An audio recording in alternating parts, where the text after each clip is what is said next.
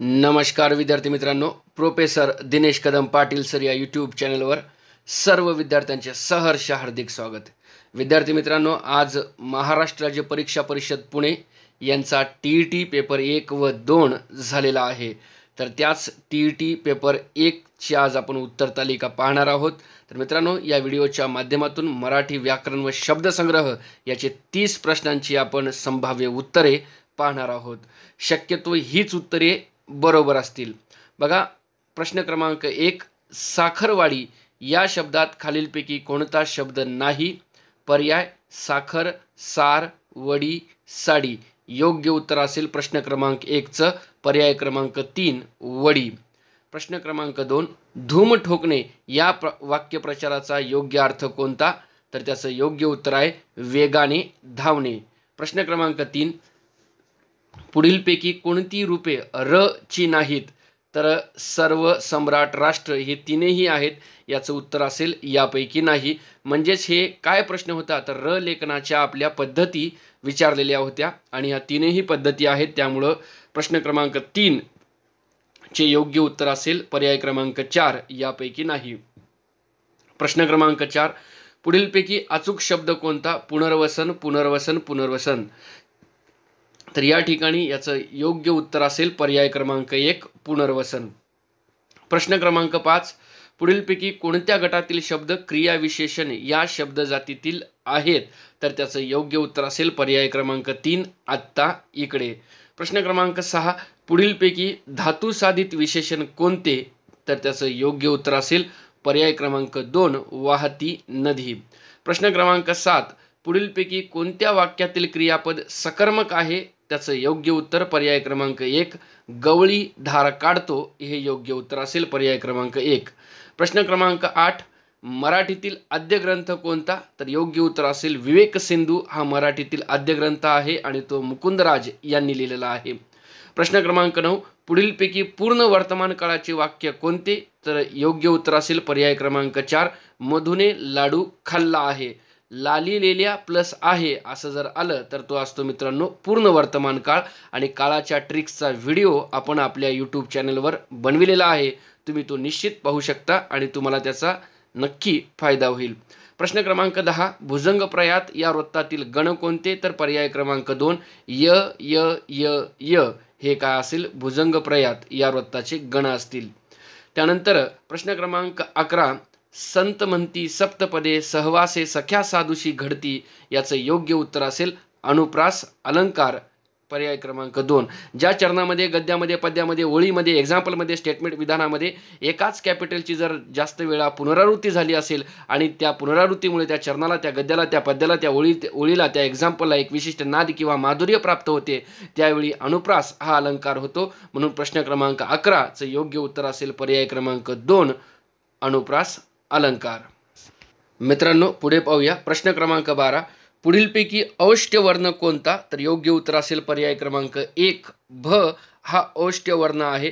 औष्ठ्य वर्णाची tricks आहे उपनाम औष्ठ्य किंवा उष्टा उपमा ही आपली ट्रिक्स आहे. उ उ हे 2 स्वर औष्ठ्यवर्णीय आहेत आणि प फ ब भ म हे वर्गीय वर्ण जे आहे ते औष्ठ्यवर्ण आहेत. त्यानंतर प्रश्न क्रमांक 13 ते 16 जे आहे ते कवितेवर आधारित प्रश्न आहेत. त्यामुळं प्रश्न क्रमांक 13 या कवितेत कुणाचे वर्णन केलेले आहे? त्याचं योग्य उत्तर पर्याय क्रमांक 1 भाविकाचे वर्णन केलेले आहे. प्रश्न क्रमांक 14, त्याचे हातपाय का थरथरत होते? तर त्याचे हातपाय जे आहे ते पर्याय क्रमांक 2 उपासामुळे थरथरत होते. प्रश्न क्रमांक 15, दीनबंधू कोणास म्हटले आहे? तर दीनबंधू जे आहे ते भिकाऱ्यास म्हटलेले आहे. प्रश्न क्रमांक 16, भिकाऱ्यास बघून मजुराने काय केले? तर योग्य उत्तर पर्याय क्रमांक 2 भिकाऱ्याच्या ओंजळीत खिशातील सर्व पैसे टाकले. त्यानंतर 13 ते 16 हे कवितेवर, पद्यरचनेवर आधारित प्रश्न होते मित्रांनो. प्रश्न क्रमांक 17, केशवसूत या टोपण नावाने लेखन करणाऱ्या साहित्यिकाचे नाव काय? तर योग्य उत्तर असेल पर्याय क्रमांक 2 कृष्णाजी केशव दामले यांनाच आपण केशवसूत असे म्हणतो. सूत म्हणजे मुलगा, मुलगा आहे पण कुणाचा आहे? केशवचा आहे. त्यांचं पूर्ण नाव कृष्णाजी केशव दामले हे जे आहेत ते त्यांचं टोपण नाव केशवसूत हे आहे. पुढे पाहूया मित्रांनो.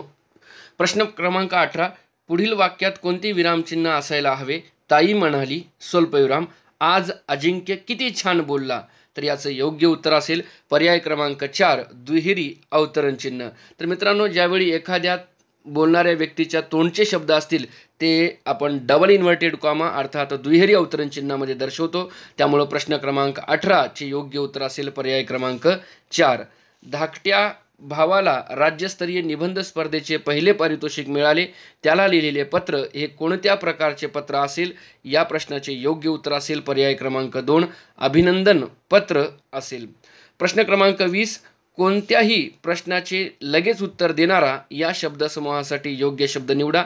त्याचं योग्य उत्तर असेल पर्याय क्रमांक 1 हजरजबाबीपणा असे म्हणतात. त्यानंतर प्रश्न क्रमांक 21 लेखक भालचंद्र नेमाडे यांना ज्ञानपीठ पुरस्कार केव्हा प्राप्त झाला? तर मित्रांनो, या प्रश्नासंदर्भात मी थोडंसं द्विधा मनस्थितीमध्ये आहे. याचं उत्तर एकतर 6 फेब्रुवारी 2015 किंवा 6 एप्रिल 2015 या दोन्हीपैकी एक असायला पाहिजे. परंतु नियमाने जर पाहिले तर याचं योग्य उत्तर हे 6 फेब्रुवारी 2015 हेच आहे.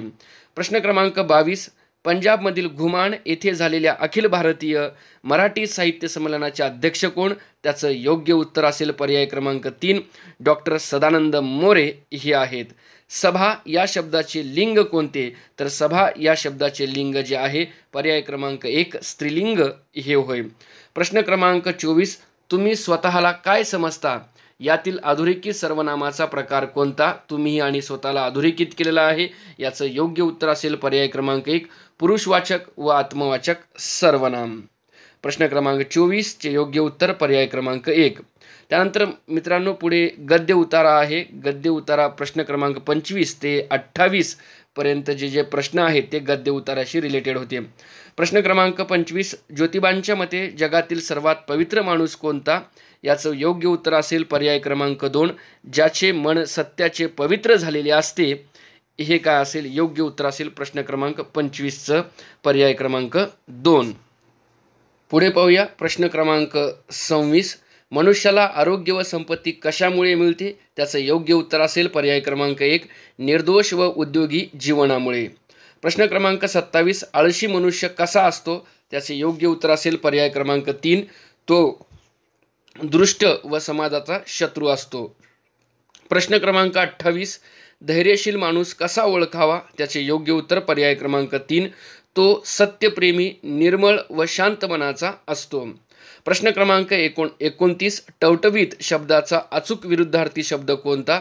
याचं योग्य उत्तर असेल पर्याय क्रमांक 2 मलूल. आणि प्रश्न क्रमांक 30 आता थोड्याच वेळात कार्यक्रम सुरू करूया. या वाक्यातील चूक ओळखून दुरुस्त सुचवा. तर या ठिकाणी जे योग्य उत्तर असेल तर या वाक्यात कोणत्याही प्रकारची चूक नाही हे काय असेल? उत्तर असेल मित्रांनो. अशा प्रकारचा हा TET पेपर क्रमांक 1 इयत्ता 1 ते 5वी साठी आज परीक्षा परिषद पुणे यांच्याकडून घेण्यात आलेला आहे मित्रांनो. तर यामध्ये फक्त मला एकच प्रश्न थोडासा कन्फ्युजिंग होत आहे, तो म्हणजे लेखक भालचंद्र नेमाडे यांना ज्ञानपीठ पुरस्कार केव्हा प्राप्त झाला? एकतर मित्रांनो परीक्षा परिषद याचं उत्तर 6 फेब्रुवारी 2015 देईल किंवा 6 एप्रिल 2015 असेल.